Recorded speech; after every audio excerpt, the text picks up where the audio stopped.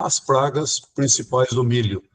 Nós não vamos falar diretamente sobre cada uma delas, porque senão nós vamos ficar aqui o dia inteiro falando sobre cada uma delas. Tem pragas tão importantes que talvez podemos fazer até uma apresentação só de uma determinada praga. Mas eu vou tentar fazer de uma maneira até um pouco mais rápida, apresentar as principais, comentar assuntos mais importantes delas, junto ao milho, né? Para que eu sei que a maioria que está no campo conhece praticamente todas elas, mas eu acho que é importante a gente dar mais alguma informação sobre isso daí. Então, vamos lá.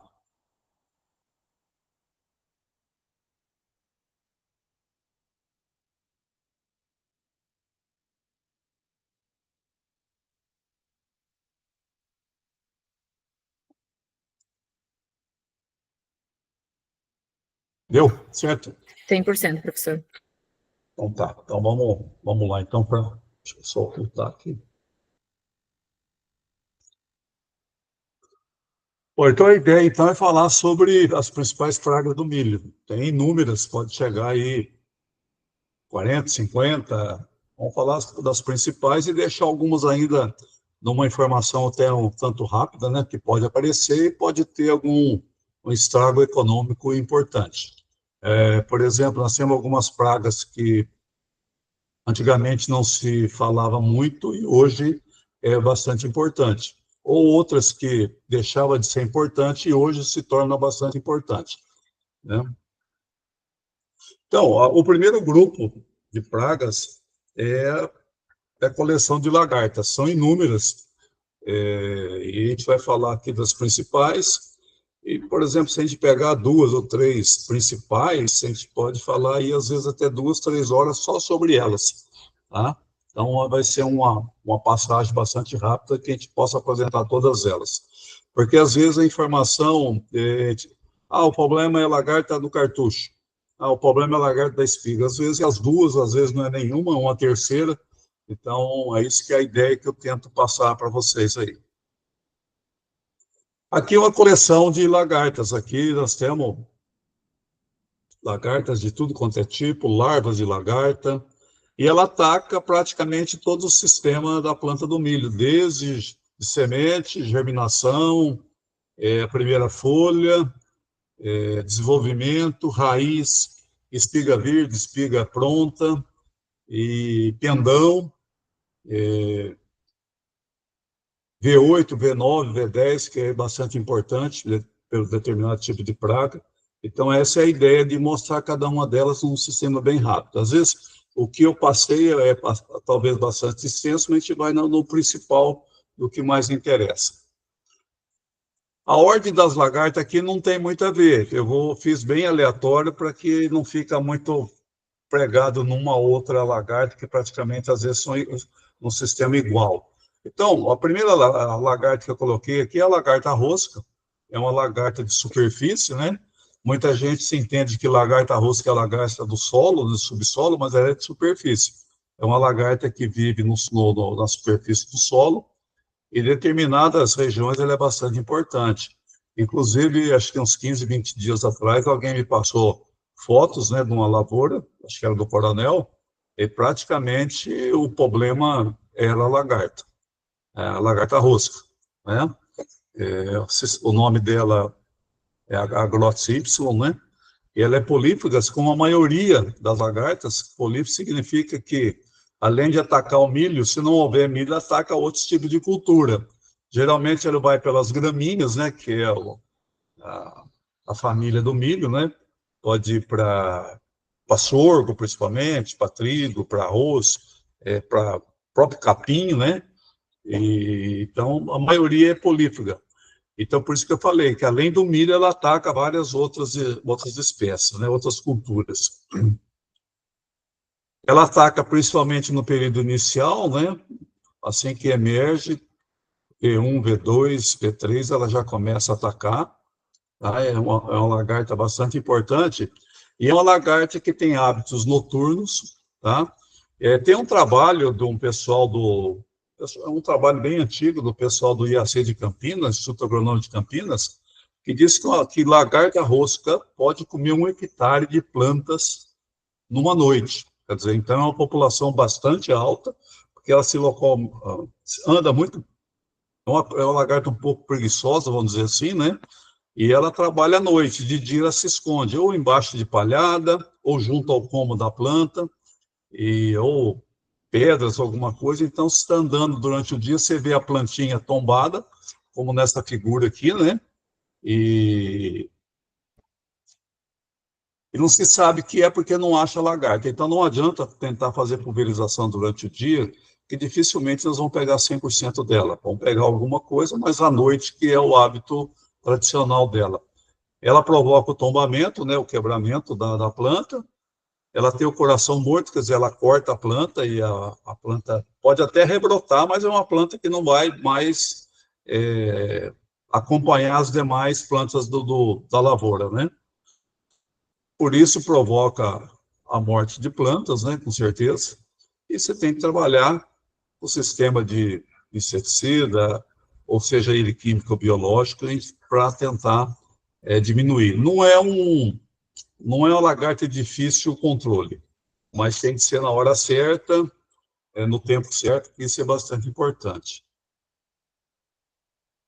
Aqui talvez seja uma das lagartas mais importantes. A gente fala lagarta do cartucho, mas é uma lagarta que ataca desde plântula e vai até atacar a espiga. Tá? Ela compete também com a lagarta da espiga, só que ela tem situações diferentes da lagarta da espiga, né? Também é política, né? Quer dizer, come o que tiver, se não tiver milho, vai comer resto de cultura, entra na soja, entra capinzais, né? É milho, principalmente, que 90% dela é o milho, porque o milho é mais tenro, mas se não tiver, ela vai em outra cultura que está próxima, isso é certeza absoluta. Ela pode causar aí um prejuízo de até 60%, porque a planta fica para trás, aquela planta atacada, geralmente tem 2, 3 lagartas. Antes de ontem eu recebi acho que conversando com o Juarez, mostrou umas fotos para mim, a lagarta cavalar, vamos dizer assim, né? Parece uma cobra dentro do cartucho. Então, ela é muito importante, acho que talvez uma das mais importantes, né? Ela destrói o cartucho, ela faz raspagem. A gente vê a presença da lagarta do cartucho, em V2, V4, pela raspagem que ela faz na planta, nas folhas. Então, você já tem a ideia que o problema é a lagarta do cartucho. É uma lagarta teoricamente protegida pelo Miro 62, que faz parte do VIP3, mas às vezes, por condições ambientais e por outros problemas, ela pode estar viva e a planta não consegue fazer o controle pelo Miro 62, que é o evento de controle de lagarta. Ela pode destruir plântulas, né, pequenas plantas, pode destruir completamente. Então, ela é chamada de cartucho, mas, como eu falei, ela ataca desde o início da planta. Danos severos em plantas adultas, né?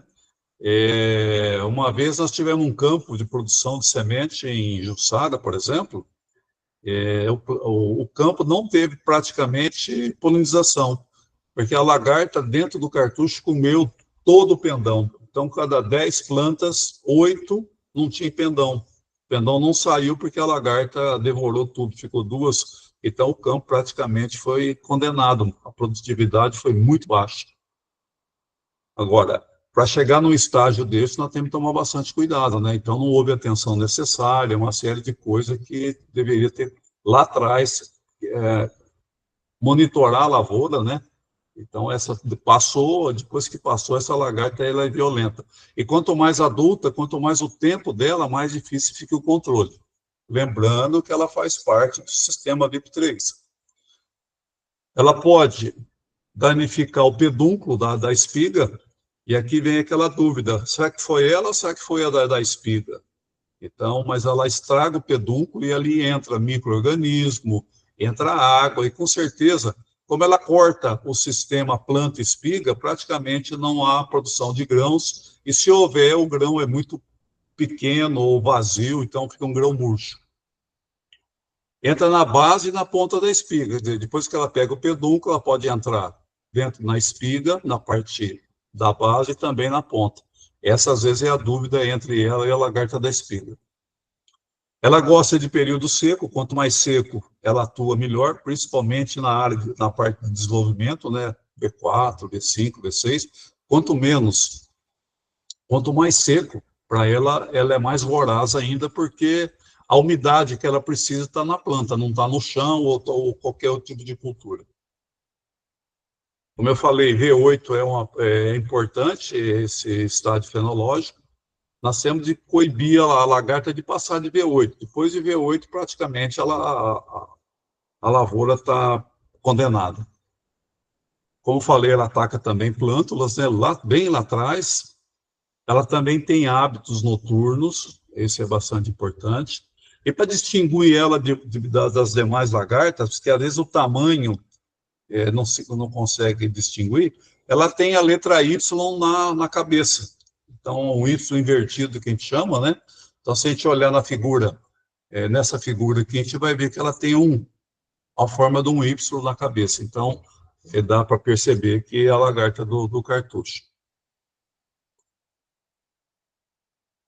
É possível na mesma espiga? Sim. Às vezes você tem a lagarta do cartucho e a lagarta da espiga. Só que a lagarta da espiga tem um fator que faz ela predominar na espiga, porque a lagarta da espiga ela é uma lagarta canibal, vamos dizer assim. Então, ela acaba consumindo todo tipo de lagarta, seja ela mesma, 2 ou 3 lagartas dentro do cartucho, ou outros tipos de lagarta. Mas pode aparecer as duas, tá? Então, o ideal seria fazer o controle. Aqui, então, nós temos a ovoposição, né? Pode ver que são muita coisa.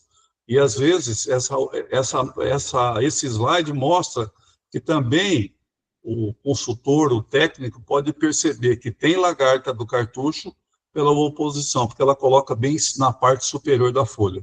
Tá? Outra coisa que dá para ver bastante dessa lagarta é o excremento que ela libera. Tá? Então, olhou no cartucho, tem excremento, alguma coisa, então já pode dizer que é uma lagarta do cartucho. E pelas fotos aí dá para perceber muito a destruição que ela faz.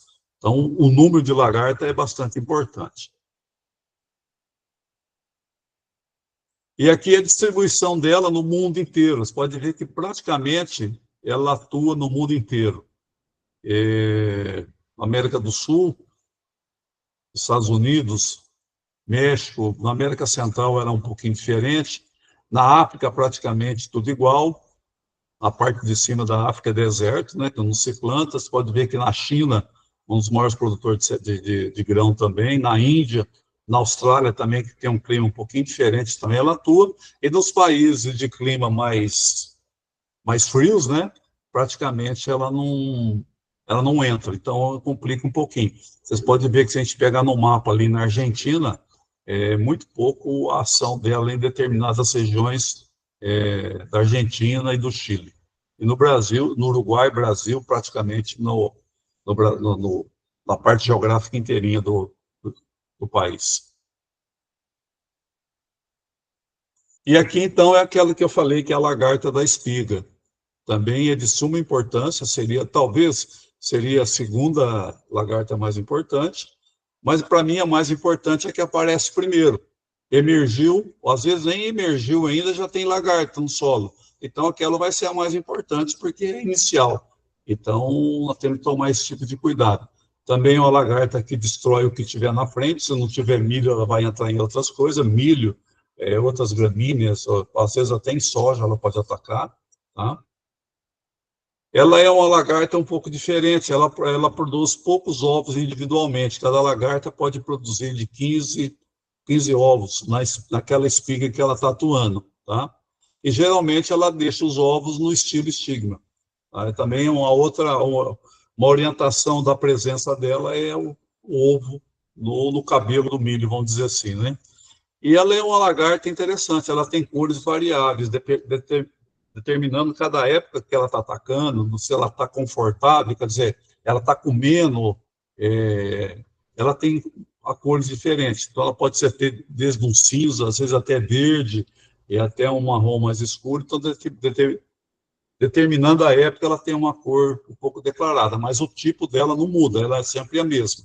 Tá? Ela é uma lagarta também de hábitos noturnos, só que entardeceu, o sol está saindo, está acabando a parte solar, ela já está atuando, né? Então, durante o dia ela é mais calma, não significa que ela não está atacando, mas ela está em descanso, vamos dizer assim. Começou a entardecer, ela já começa o ataque. Então, por que a gente coloca isso? Porque se a gente for fazer algum tipo de pulverização, algum tipo de controle, não adianta fazer meio-dia, porque não vai funcionar nem para desalojá-lo, por exemplo, nem o produto vai fazer efeito, né? Então, nós temos que ter esse tipo de cuidado com a hora que ela está atuando. Então, quando ela está trabalhando, seria o tempo ideal de fazer esse tipo de aplicação, tá? Lembrando que também a lagarta da espiga faz parte do VIP3, tá? O Miro 69 também faz o controle. Só que, às vezes, pode acontecer que, por excesso de lagarta no espaço geográfico que está sendo plantado, ela pode aparecer também. Mas por, vamos dizer assim, de desnível do VIP3, a lagarta do cartucho é mais presença do que ela, tá? Ela pode aparecer também, mas o controle é um pouquinho melhor, tá? Os grãos perdem qualidade, principalmente na ponta da espiga, né? Ou ela pode entrar também pelo meio da espiga. Então, no caso de milho verde, milho doce, semente, pode estar comprometido. Principalmente milho verde, né? Que está no mercado, atacado por lagarta da espiga, praticamente perde qualidade, perde preço, e às vezes não é vendável, vamos dizer assim. O milho doce é também a mesma coisa. Como eu já trabalhei com milho doce, eu sei como é que funciona. Fábrica de milho doce pode jogar um caminhão fora por causa da lagarta da espiga, porque não tem como separar grão por grão para não colocar na lata, então também é bastante importante. E campo de produção de semente é a mesma coisa, ela vai atuar aí numa situação um pouquinho diferente, ela perde um pouco de qualidade e perde produtividade. Então você pega, por exemplo, uma linhagem que produz aí 30, 40 gramas por espiga, um ataque de lagarta, praticamente, da lagarta da espiga, praticamente a produtividade é nada, vamos dizer assim. E, como eu falei lá atrás, ela tem um comportamento canibal. Se tem 2, 3 lagartas da espiga ou outra, uma delas vai ser, por ser canibal, ela vai ficar sozinha. Ela acaba com... Ela destrói, ela se alimenta daquelas lagartas e fica praticamente sozinha. Às vezes você olha na espiga e você vê que houve uma outra lagarta ali, pelo que ficou, aquela formação de uma espiga, de uma lagarta antiga que ficou ali. E tem uma que predomina, tá? Aí temos de fazer o controle, se houver necessidade, porque ela é até bem controlável com relação ao VIP3. Aqui também é uma lagarta, erroneamente dizendo que é uma lagarta de subsolo, é uma lagarta de superfície, né? Ela fica na superfície do solo, né? É a lagarta elasmo. É uma lagarta também bastante importante. Aqui, o ambiente, temperatura, é bastante importante na atuação dela, né? Também é uma lagarta que come o que tiver na frente, se não tiver milho, ela vai comer resto de cultura, é, ervas, alguma coisa, sorgo, tudo ela pode estar se alimentando. E se tem folha, ela se alimenta. Se não tem folha e tem matéria orgânica, ela se alimenta também da matéria orgânica. Então, é uma lagarta bastante problemática também. A partir de VE, né, a partir da emergência, ela já começa a atuar, né? Elas fazem galerias, né, fazem furos na planta, como está mostrando na foto aqui, e destrói praticamente o ponto de crescimento. Aí é uma planta para a morte, né, não tem o que desenvolver, e às vezes consegue até desenvolver, mas é um material que está, uma planta que está atrás, ficou para trás em alguma série. Às vezes tem reclamação de semente com vigor, às vezes pode ser o problema da lagarta, que ela deixa a planta para trás e tem essa impressão que pode ser o vigor da semente, tá? Isso pode acontecer. Tem um alto poder de infestação, é uma lagarta que se reproduz muito rápido, né? Ataca tanto raízes como pomo, né?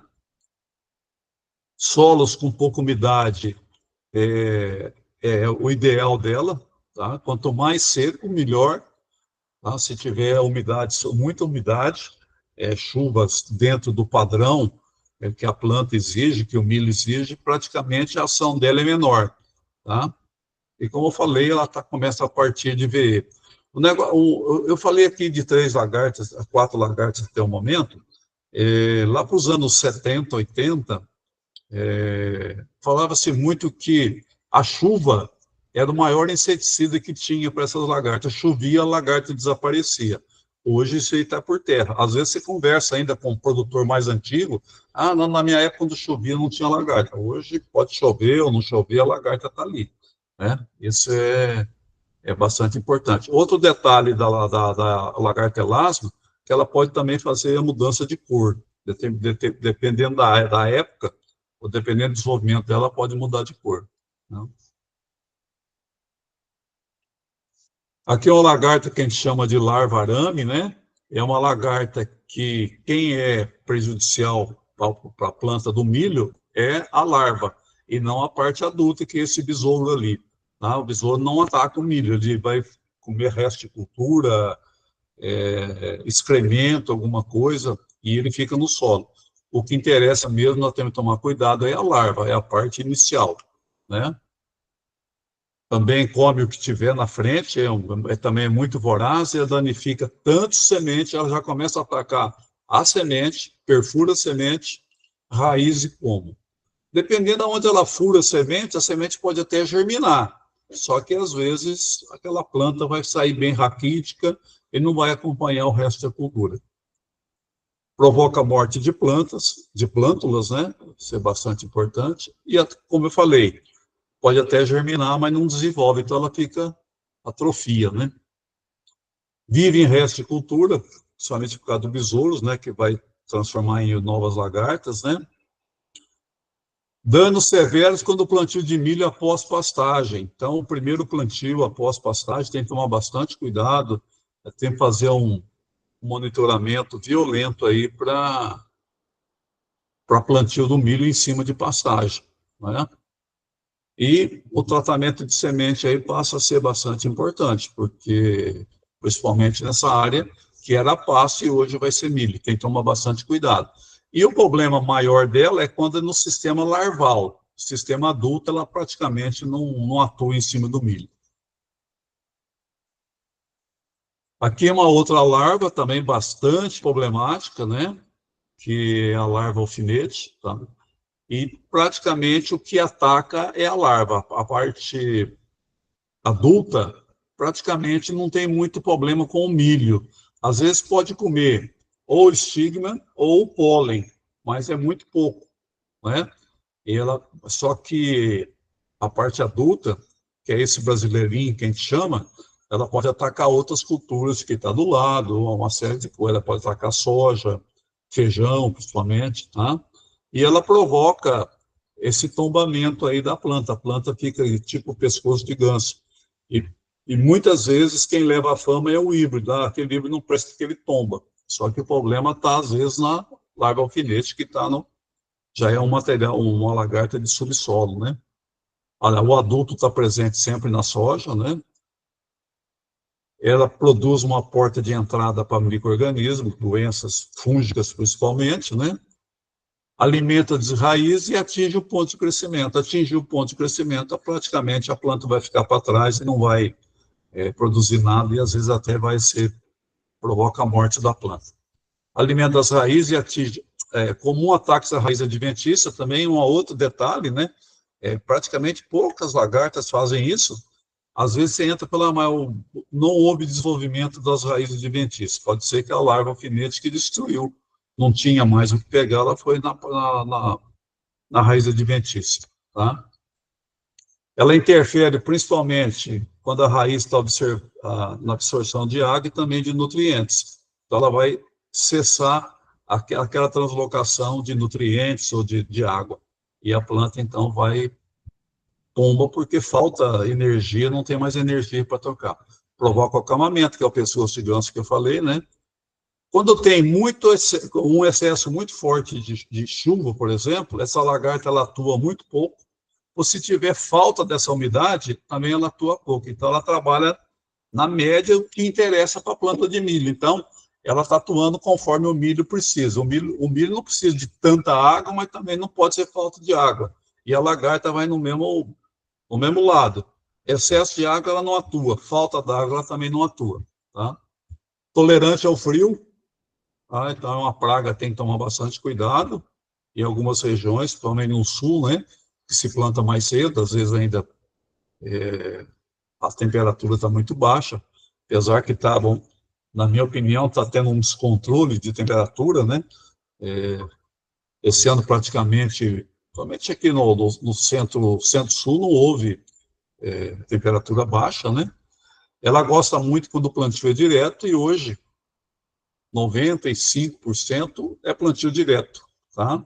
Às vezes pode ser algum revolvimento, algum acerto de solo, que não é plantio direto, mas a maioria é plantio direto. Então ela gosta porque é resto de cultura e ela sobrevive ali, tá? Tratamento de semente é bastante importante. E lembrando que para o milho, o sistema larval é mais importante do que a parte adulta. Essa é uma lagarta, vamos dizer assim, não tão importante, mas também não podemos considerar como uma praga secundária, principalmente em áreas de plantio de cana, onde é o habitat natural dela. Ela ataca mais a cana, mas se tem milho próximo, ela também ataca o milho. Qual é a razão? A razão é que folha de milho é mais tenra do que folha de cana, né? É a Diatreia saccharalis, né? Da cana-de-açúcar, né? E praticamente ela ataca todas as gramíneas, principalmente a cana.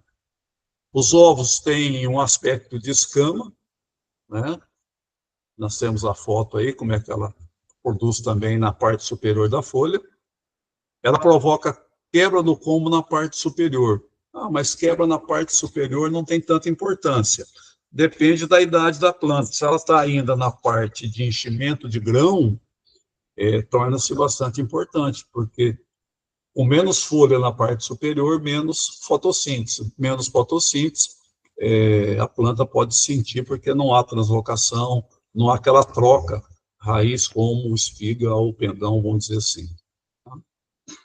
Ela, ou se ela não quebra, ela seca o ponteiro, né? Ela abre galeria dentro do como do milho, né? Como também da cana, né? E é uma lagarta, quando ela ataca, é bastante voraz também. E é uma porta de entrada também para micro-organismos. Quando eu falo em micro-organismo, principalmente fungos, né?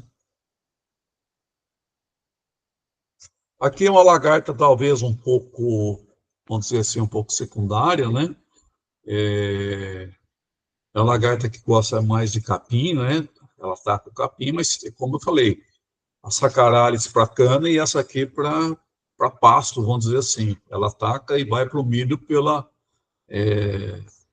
folha mais mole, uma série de coisas. E ela tem um fator bastante importante, que ela destrói praticamente a folha e fica só a nervura principal. Ela come toda essa parte, tá? Mas é uma lagarta de fácil controle. Então, é mais a parte de monitorar a lavoura, o que pode estar acontecendo. Tem muita, por exemplo, pega na região centro, por exemplo, onde tem muito pasto, muita criação, né? Criação de boi, essas coisas, nós temos que tomar um pouquinho de cuidado, tá? Ela também é chamada de lagarta militar, pelas cores que ela apresenta, né? Esfolhamento das gramíneas, de modo geral, não só do milho, né? Pode atacar também leguminosas, né? Soja, feijão, tem que tomar bastante cuidado. E os estragos maior quando ela é mais jovem, quando ela é mais adulta, ela já é mais moderada, vamos dizer assim.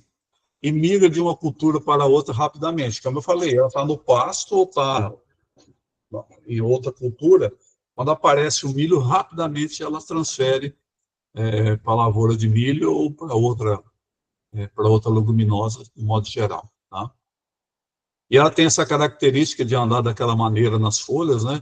Um se chama até de pé de palmo, né? Essa é a situação em que ela se locomove na folha. Essa é uma lagarta não tão importante também, principalmente para o milho. Ela é mais importante para a soja, né? E é uma lagarta que, no Brasil, ela era considerada uma praga quarentenária. Esse é um código do Ministério da Agricultura. É uma lagarta que não existia no país, existia nas escolas agrícolas, né, mostrava a lagarta hermígera, mas não era uma lagarta no Brasil. Quando ela chegou mais na soja, mas ela ataca também o milho. Ela foi reconhecida no Brasil em algumas regiões em 2013, até 2013. Talvez o que ela fizesse no milho era considerado ou lagarta do cartucho ou lagarta da espiga. Tá? É pouco dano, tá? Também é prolífica, come o que tiver, quando falta, né?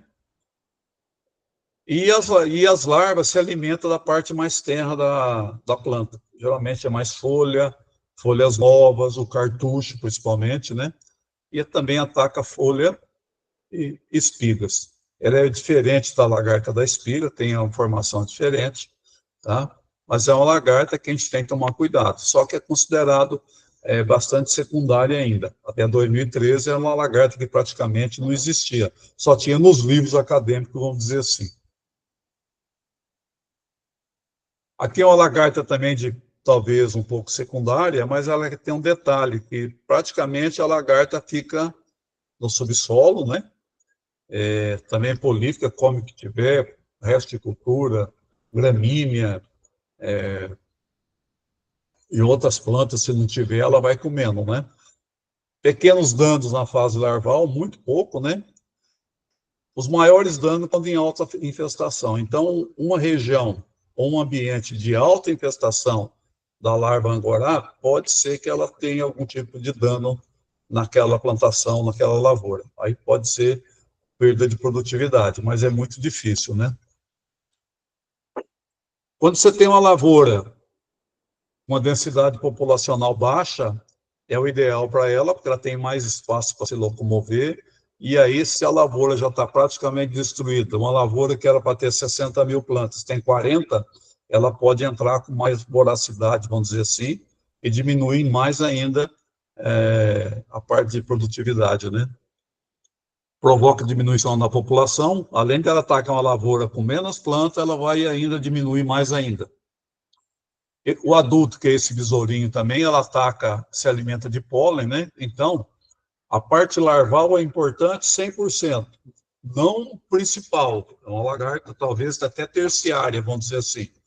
Mas o adulto pode também atacar plantas, principalmente em campo de produção, onde você tem uma linha, duas linhas de macho, ela vai atacar porque ela vai comer pólen, então ela pode diminuir a polinização daquela área, dependendo, lógico, do número de insetos que vai estar ali. Tá?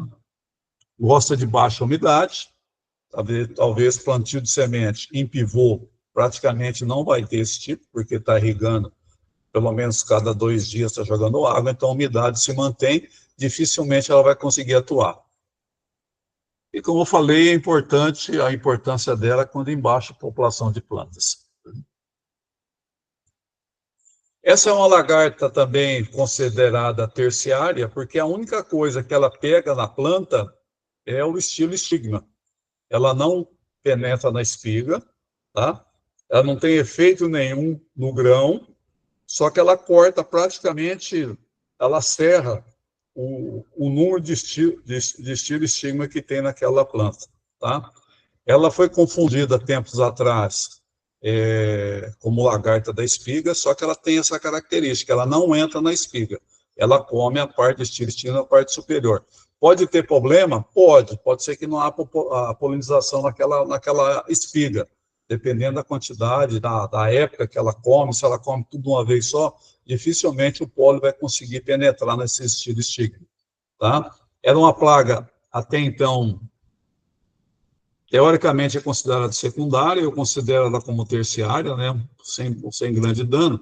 Só que em 2020, na região de Rio Verde, ela destruiu 30% de lavouras naquela região, Rio Verde, Montevidéu.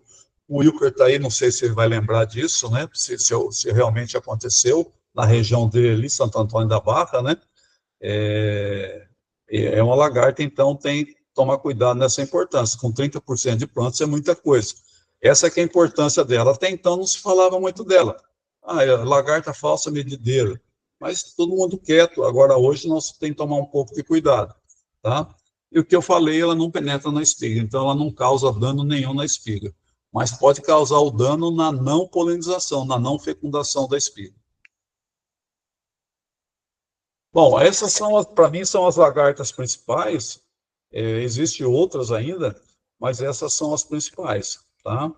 E pode acontecer de ter outras, mas o dano é praticamente zero. Para falar de percevejo, a gente tem aqui 4 percevejos, existem inúmeros outros percevejos, tá? Isso que tá lembrado, E vamos falar sobre os 4 principais, né? E percevejo, praticamente, dependendo da espécie, tem uma interação muito forte com plantio de soja, plantio de milho, né? O principal é barriga verde, né? Ela é uma planta um percevejo fitófito, come o que tiver, se não tiver milho, ela vai atacar outra coisa, vai atacar soja, né? E a importância dela, reproduz na soja e aloja na palhada, quer dizer, colhe a soja, tem a palhada da soja, ela está ali esperando o plantio do próximo, se for milho, ela vem com tudo, né? Então, isso é tão importante e tão claro nisso. Fui avaliar uma vez um ensaio na região de Sinop, e acho que até o Márcio esteve lá. E avisaram o produtor que era para não entrar na lavoura do ensaio, onde estava o ensaio, para ele não fazer aplicação, não se fazer nada. E ele aplicou em volta. E aí, você caminhando, o ensaio ficar no meio da lavoura, seria aquela parte baixa. Então, onde ele não aplicou nenhum tipo de inseticida, praticamente o percevejo de barriga verde acabou com o ensaio, diminuiu praticamente a população e foi um ensaio, coeficiente de variação muito alto, sem valor nenhum. Tá? Então, essa é a importância, porque ela migra mesmo, está na soja, disseca a soja para fazer o plantio do milho, mas ela está ali, ela está em cima da palhada ali, ou embaixo da palhada, esperando o plantio do milho. Então, ela é importante no sistema soja-milho. Então, primeira safra, segunda safra, né? Safra, safrinha, tem que tomar esse tipo de cuidado. Eu acho que o produtor hoje, e o consultor também está mais avisado disso, né? Está na cabeça que nós temos que trabalhar em cima desse percevejo. É uma praga primária do milho, porque a destruição dela é muito forte, né? São sugadores de plântulas, né? Outro detalhe que tem que tomar cuidado com relação quando se diz que o material é problema com a parte de não desenvolvimento da planta. Tá? O problema está no ataque da barriga verde, né? Ele provoca dano de todas as espécies nos tecidos, fazem perfurações, enrola as folhas, redução de porte e praticamente morte de plantas, né? Ataca nos estádios iniciais, E2, E3, E4, né?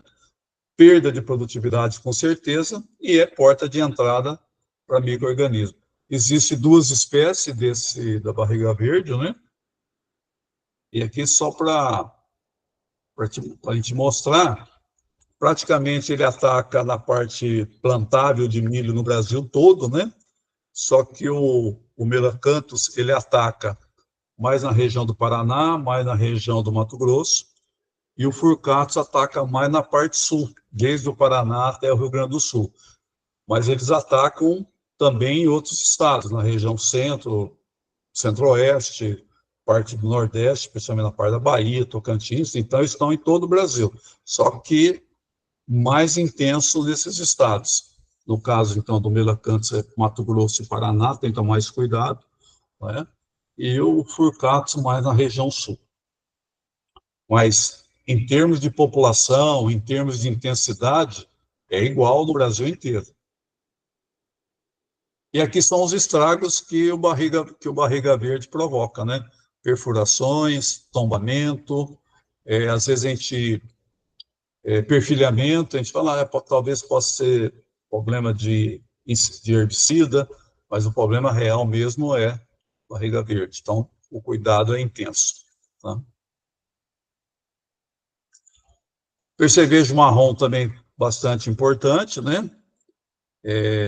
Come também o que tiver, come soja, come milho, o que tiver, onde ele está, a população muito alta, ele é complicado. Plantio de milho pós-soja, safra, safrinha, como eu falei, o ataque ocorre nos estágios iniciais, né? Os danos praticamente semelhante à barriga verde, mas talvez com menor intensidade, não é tão voraz como barriga verde. Regiões com temperatura mais amenas, quando a temperatura é mais baixa, a tendência é migrar para as matas, quer dizer, não é o ideal para ela se manter. Então, ela caminha para mata, as florestas, né, que tiver em volta, mas ela fica ali esperando o próximo plantio. Permanece no local ali até o próximo plantio de soja. Então, dificilmente, se a temperatura cai muito, ela vai para a mata e volta no seguinte plantio, né? Temos de monitorar isso daí, né, para ver se dizima toda essa parte de percevejo marrom na planta, né? E sempre presentes na área de plantio. Então, onde tem plantio, ele está ali. Então, o cuidado é intenso. Aqui são como é que eles atacam, o tipo deles, né? Tem um deles que tem uma parte branca nas costas, né? O outro não tem. E aqui o percevejo verde ou percevejo do mato. Tem muita gente que às vezes acha que esse aqui também é o barriga verde, mas ele é diferente. A composição dele, a forma dele é diferente, né? Também são fitófagos, né? Comem qualquer coisa. São danos diferentes de outros percevejos, né? Injeta toxina nos tecidos das plantas, isso é bastante importante, né? E ali, injetando toxina, vai disseminar fungos, principalmente fungos, né? Então, às vezes, alguma doença, ela acontece e ocorre devido à ação do percevejo verde ou percevejo do mato, né? A alimentação ocorre de madrugada, então também é um inseto de hábito noturno, né? E uma parte interessante que as ninfas, até chegar na fase adulta, ela passa por diversas cores, né? Às vezes, mesmo o adulto, quando o adulto ele é verde, mas até chegar na parte final dele, que está no final do ciclo, já tem vários tipos de verde. Então, um inseto que está sempre trocando a cor. Verde com tonalidade diferente de acordo com o ambiente. Então, dependendo do ambiente, ele tem uma cor mais ou menos verde. E aqui, como eu falei, desde ninfa, que é branco, vai trocando de cor, a parte escura, com brancos, a coisa, até chegar totalmente na parte verde. Essa é a troca em todo o ciclo dela. Lembrando que o que ataca o milho é o adulto, né? O quarto aqui é o percevejo castanho. Ele vive no solo. A vida inteira dele vive no solo, desde a parte adulta, como jovem, vive praticamente no solo. E ele tem uma característica bastante importante, que é o odor que ela libera, que é muito forte, é um cheiro muito forte que a gente percebe. Às vezes você está andando no meio de lavoura, alguma coisa, você percebe até o cheiro desse percevejo. Ela gosta, quando o clima é muito seco, ela escava o solo e se aprofunda 1 metro, às vezes até 2 metros, e fica ali esperando o próximo plantio ou a próxima troca de ambiente. O ambiente fica mais favorável, então ela volta, tá?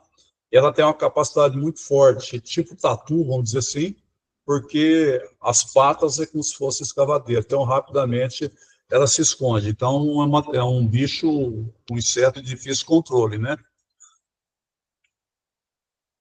São ataques esporádicos, então, às vezes, o monitoramento não é perceptível, porque ela não está 100% da época do ciclo do milho, principalmente, né? Ela vai atacar em algumas épocas, outra época não. O ambiente que vai fazer que ela venha ou não para fazer o ataque, né? Só que ela ataca muito também outras culturas, seja ela soja, algodão, pastagem, etc. Tá? Ela vai provocar murcha e amarelecimento das folhas, provoca o dano na raiz, porque ela é bem subterrânea, né? Secamento, definhamento e morte de planta. Isso ocorre bastante com esse tipo de percevejo. É um percevejo tipo secundário, tá? Não é tanto o barriga verde ou o marrom, né? Mas ela está no solo. E aqui é o tipo que ela apresenta. Então, ela ataca em reboleira, pode atacar em linha também. Então, a gente vê aqui um plantio, ou o resto de um plantio de milho, que praticamente o percevejo dizimou essa lavoura, né? Pode ver que o ataque dela está em linha, o amarelecimento é quase que total, Em pastagem também é violenta. Às vezes me fala, o pasto meu não está bom, alguma coisa. E às vezes o problema está no percevejo que está no subsolo, porque ela sobrevive ali. E também é difícil a gente observar, então tem que ser bem coerente na avaliação se tem esse tipo de percevejo ou não. E aqui é o percevejo do milho, também chamado de percevejo gaúcho ou percevejo bombachudo, né? Nada contra os gaúchos, é pela a forma que as patas apresentam, né? Tipo de uma bombacha, né? Era um inseto até um tempo atrás de pouca importância, né? Mas com o advento da parte de irrigação, ela se tornou um percevejo bastante importante, né? Ela altera praticamente a qualidade da semente, tanto fisiológica como sanitária, né? Perda de qualidade dos grãos, afeta o enchimento dos grãos, porque ela perfura a palha, perfura o grão, faz a sucção do que tem dentro e deixa alguma coisa ainda, alguma toxina dentro daquele grão. Praticamente aquele grão está morto, né? E eu tenho então mais tipo de cuidado. Ela tem um sistema que a gente chama de tromba, né? Ela para ali, fica paradinho, mas ela está tirando o que tem dentro daquele grão ou outros grãos que está próximo, né?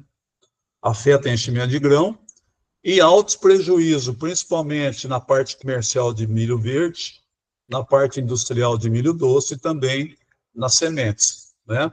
Parte de milho verde, a qualidade da espiga fica perdida, né? Porque ela ataca em qualquer parte da espiga, não é na ponta, não é na base, aonde ela estiver, ela faz a sucção de material lá dentro, tá? E milho doce, além dela estragar um grão, pela toxina que ela injeta, ela vai estragar mais grãos em volta. Então, tem esse tipo de problema. E em semente é perda de qualidade, perda de produtividade, né? Porta de entrada para fungos, com certeza, né? As linfas podem ser avermelhadas ou amareladas. Essas linfas, elas vivem em colônia. Às vezes está andando no milho e você bate o braço, por exemplo, nas folhas e sente aquele cheiro característico de morango. Você pode olhar que o problema está na colônia de ninfas de percevejo do milho, que é o Leptoglossus onatus. Isso às vezes você está andando, bate sem perceber, você começa a sentir o cheiro, você vai ver que material é esse. Só que é o seguinte, quando está nessa situação, porque é uma lavoura praticamente de abandono, tá? Só que é o seguinte, como ele muda rapidamente, ele pode mudar. Antigamente, no pivô, só se fazia uma aplicação em volta, não entrava na lavoura. Hoje tem que entrar na lavoura porque ele já tem uma proteção, não só fazendo em volta, tem que fazer todo, porque senão não destrói completamente, tá? As ninfas são rapidamente queimadas pela inseticida, né? Mas os adultos ainda continuam um pouco vorazes, tá? Aqui você pode ver que na primeira espiga aqui é um inseto fazendo a sucção, na segunda espiga praticamente são várias espigas, há vários indivíduos, né? Succionando aquela espiga, praticamente essa espiga vai estar perdida. E na terceira foto, que é uma espiga seca, é só para mostrar como é que é um inseto, porque praticamente depois de seco, a ação dela é muito pequena, ela não consegue mais perfurar o grão, porque o pericarpo já está bastante duro. Mas em milho verde tem que tomar muito cuidado. Para falar de cigarrinha, pessoal, a gente tem de ter uma aula, uma apresentação praticamente toda para falar sobre cigarrinha. É muito complexo, né?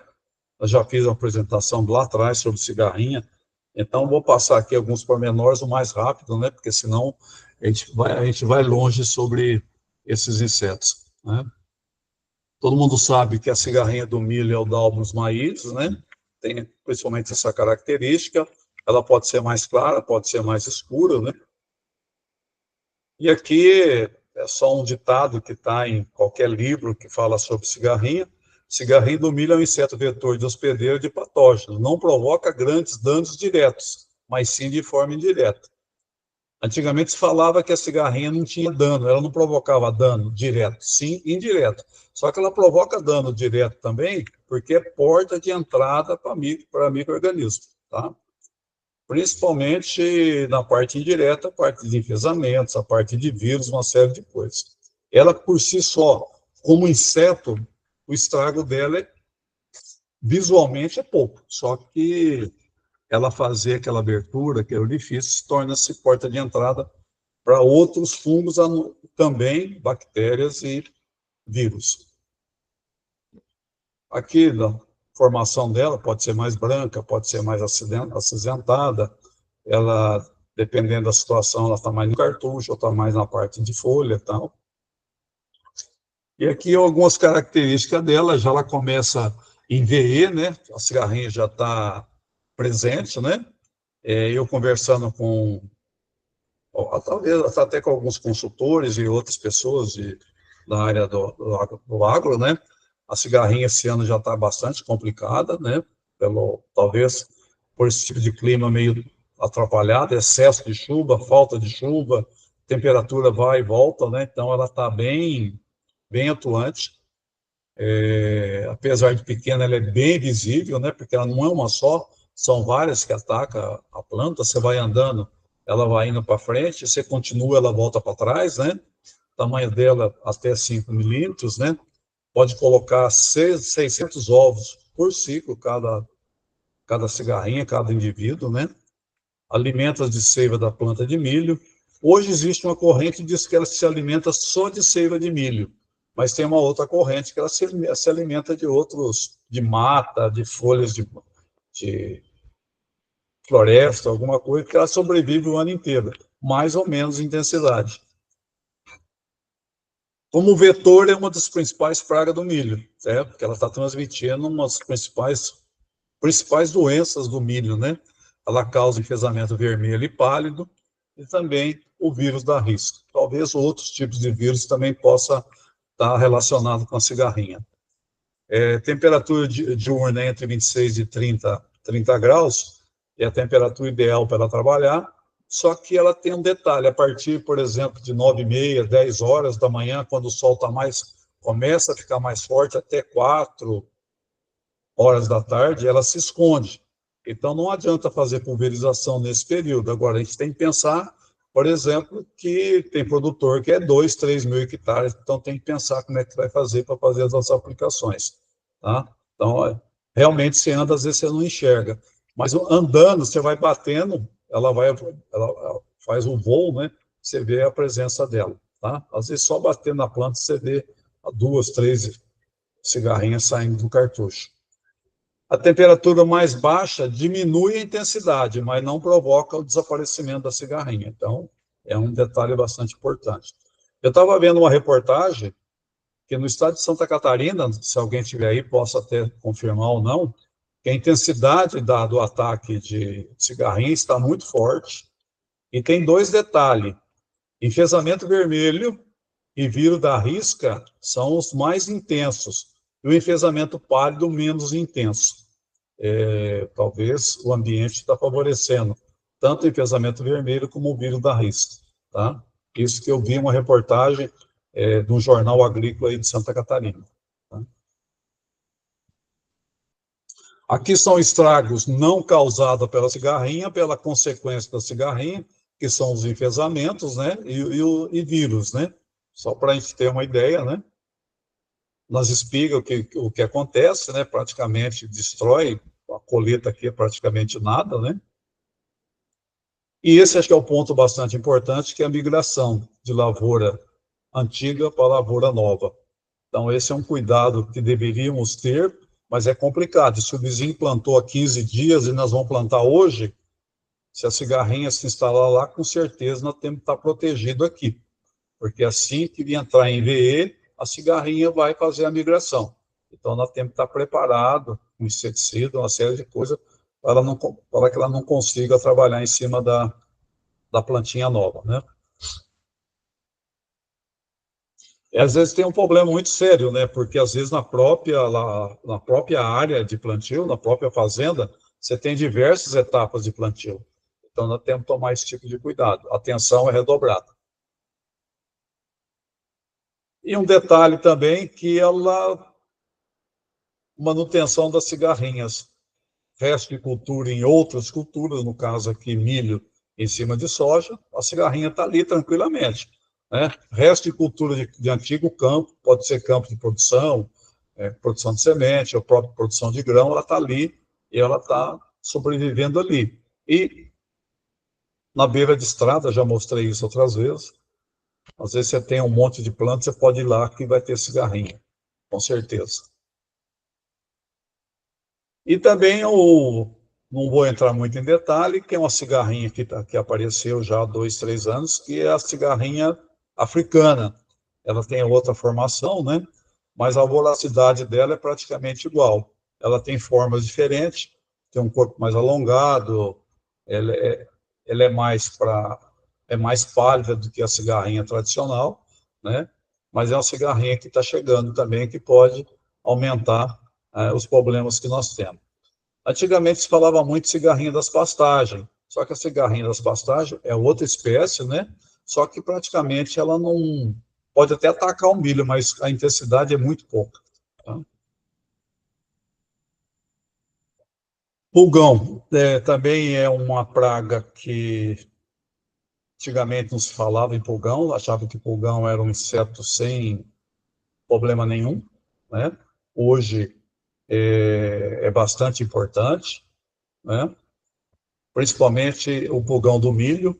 Você pode ver o tamanho da colônia de pulgão numa mesma planta, o pulgão adulto, né? Pulgão ainda ninfa, né?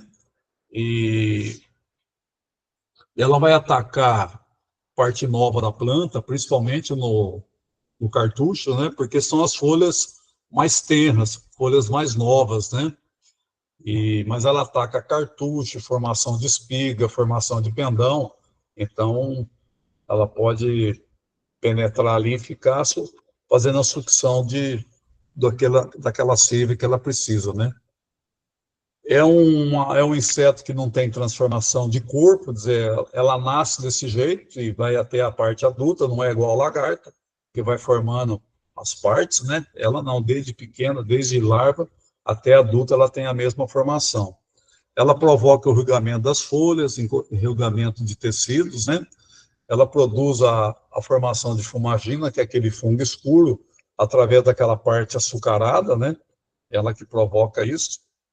Injeção de toxinas, que é bastante importante, né?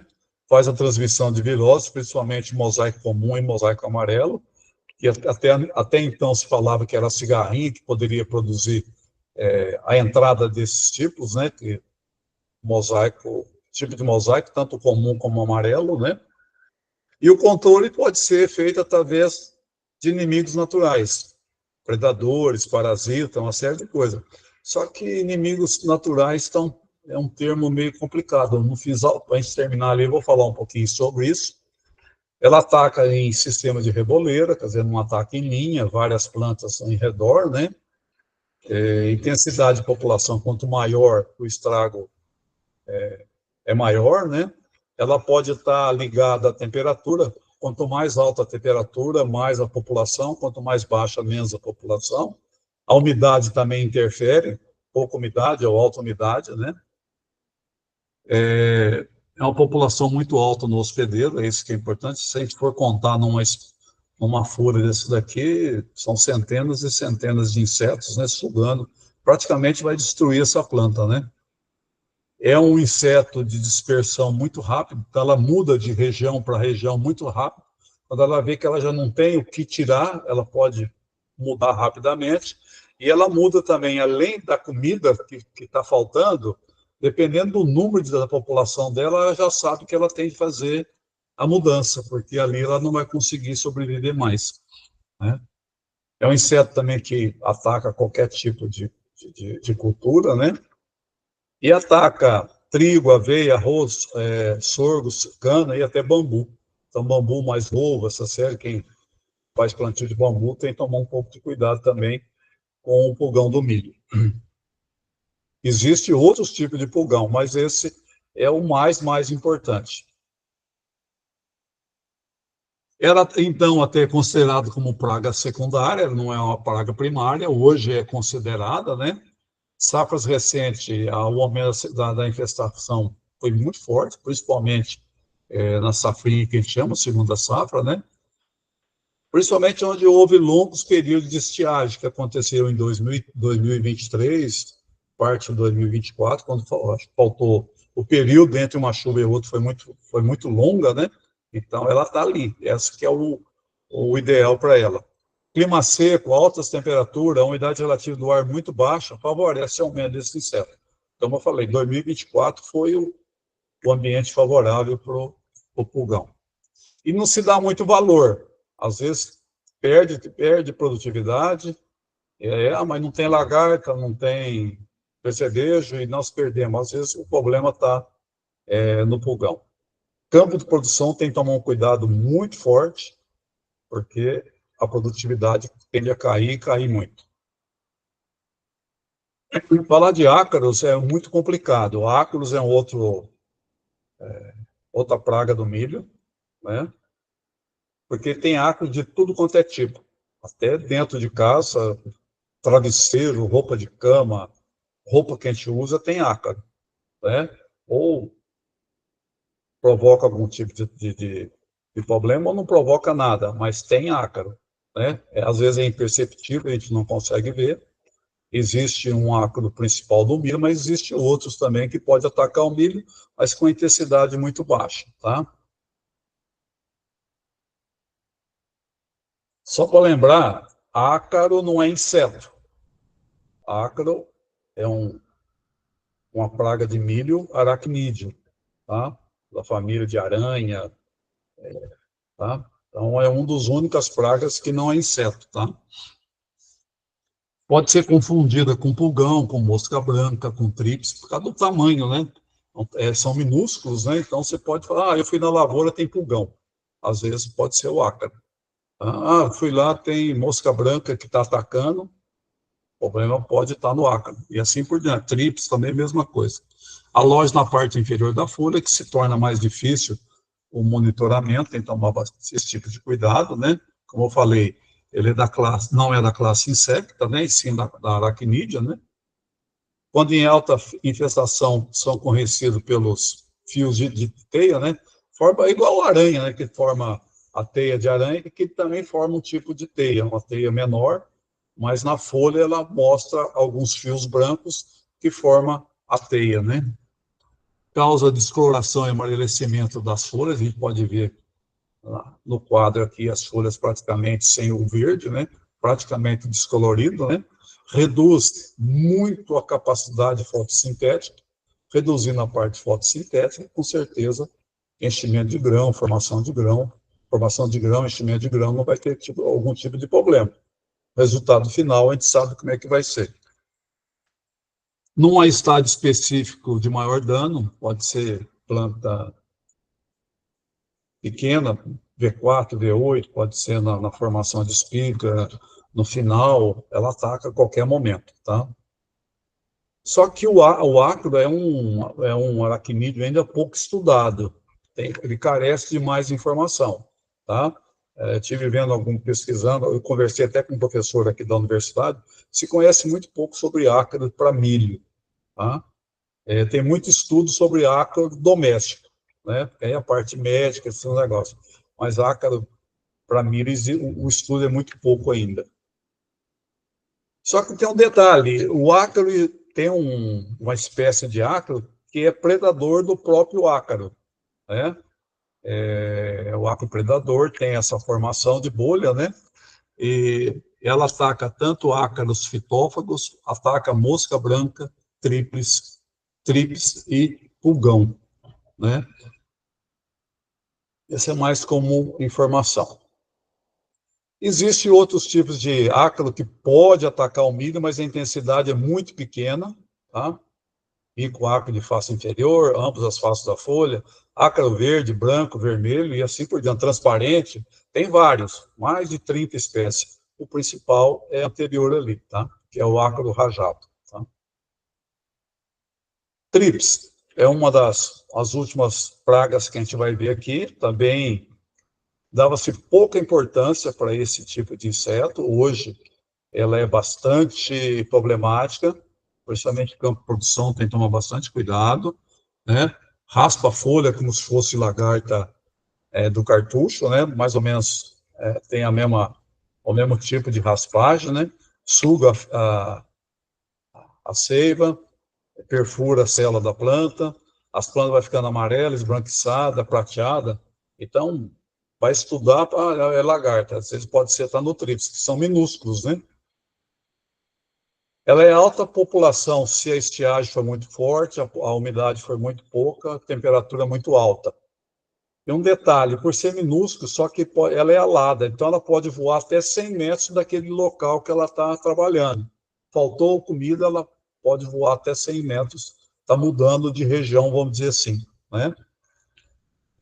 Ela pode ser confundida muito com fitoquímico, quer dizer, aplica um herbicida, aplica um inseticida que dá um fito na planta, ela pode ser confundida. Ou é trips ou é aplicação de produto. Geralmente, quem leva a fama é a aplicação de produto, né? O herbicida, o inseticida, às vezes o próprio fungo, né? Aplicação de adubação em cobertura também, que dá uma travada no milho, que dá um certo descoloramento da folha, também pode ser confundido com trips, então tem que tomar esse tipo de cuidado. E também é porta de entrada para os micro-organismos, né? Também é uma praga, até então, pouco conhecida e pouco voraz, vamos dizer assim, mas está se transformando de bastante importante. Aqui, outras pragas do milho, só vou citar, porque ela pode ser intensa em determinada região ou micro-região, e às vezes praticamente existe ali ou aqui, sem muita. Praticamente é mais para estudo, né? É bastante, tem, por exemplo, a cigarrinha das raízes, cigarrinha das pastagens, até certo tempo era considerada o problema do milho, hoje já não é tanto, né? Aí nós temos cupim, temos formigas, temos gafanhoto, por exemplo, na Argentina é sério o problema de gafanhoto, aí já não é outras pragas, né? Já é uma praga primária, né? Grilo também pode acontecer, mosca da espiga também tem uma certa importância, principalmente quando é para a produção de milho verde ou milho doce, porque ela exala também, deixa um cheiro característico que depõe contra a qualidade das espigas, né? Aí nós temos coró, temos larva-pão de galinha. O coró é bastante importante, plantio de milho pós-trigo, se houver, porque onde tem trigo tem muito coró. E às vezes ele... Mas a área de atuação é muito pouca, porque poucos se locomovem, né? Então, praticamente não existe dano maior, mas é uma praga que aparece no milho, tá? Aqui, se alguém tiver interesse, porque essa apresentação vai passar para vocês, né? Aí nós temos as pragas e o nome biológico, biológico deles, né? Então, se alguém tiver interesse, está aí para ter alguma dúvida. Às vezes o próprio, por exemplo, o próprio coró tem vários, porque aqui está SP, quer dizer, são várias espécies, né? E aí, aqui é para a gente deixar uma interrogação para vocês trabalharem no dia a dia. Por que que houve a ocorrência de pulgão, ácaro e tríplice? Por que que houve, ou por que que houve o aumento? Tá? Então, é uma coisa que eu gostaria que vocês, na mente, trabalhando no dia a dia, pensar por que está ocorrendo pulgão, tríplice, ácaro, por que está ocorrendo isso? Então, nós temos de tomar um pouco de cuidado para ver e estudar mesmo, que é bastante importante. Vai ser importante para o dia a dia de vocês, com certeza, tá? Porque existe, por exemplo, um predador muito importante, que são as tesourinhas. Antigamente, você entrava no campo, você saía dentro da camisa, no braço, 10, 20 tesourinhas que estavam ali. A tesourinha, ela não é um predador para o milho, por exemplo, ela não faz muita coisa no milho, só que praticamente hoje você entra numa lavoura não tem cigarrinha. Então está tendo um desequilíbrio. Esse desequilíbrio que pode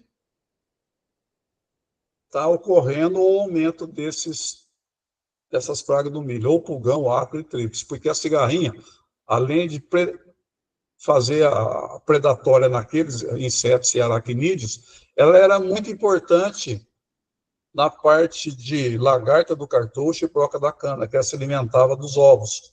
Tá?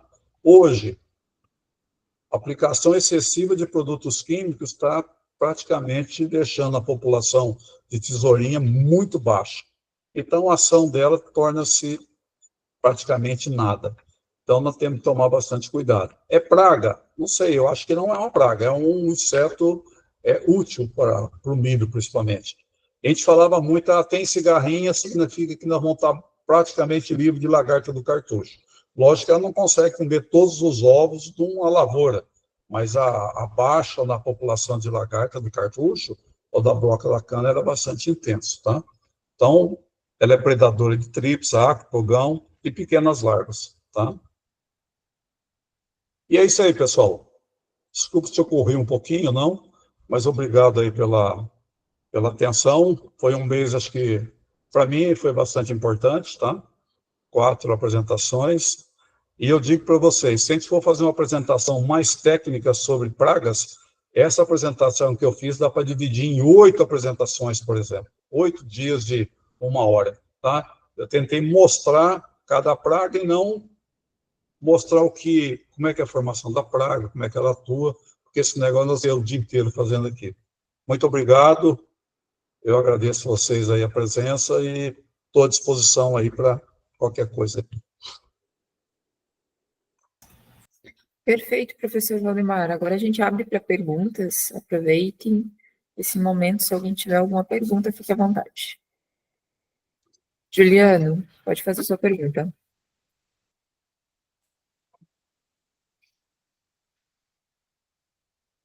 Acho que o Juliano só queria reagir. Se alguém tiver alguma pergunta, fique à vontade. Se alguém tiver mais tarde, quiser passar alguma informação, pode passar que eu respondo, sem problema.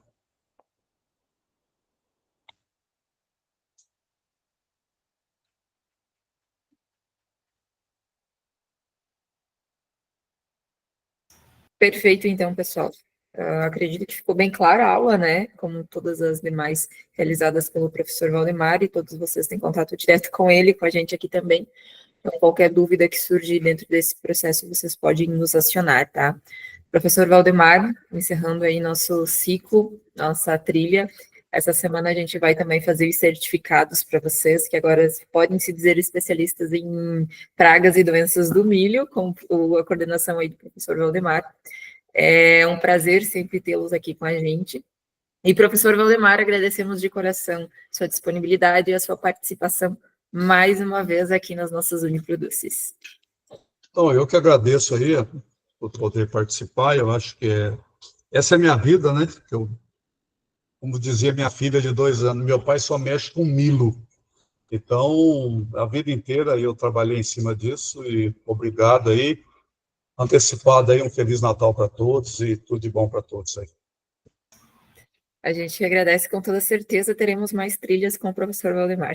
Okay. Obrigada, pessoal. Ótimo fim de semana para vocês, ótimo resto de quinta-feira, e a gente se encontra na quinta-feira que vem, aqui na nossa Uniproduce. Até mais. Tchau, tchau. Tchau, tchau.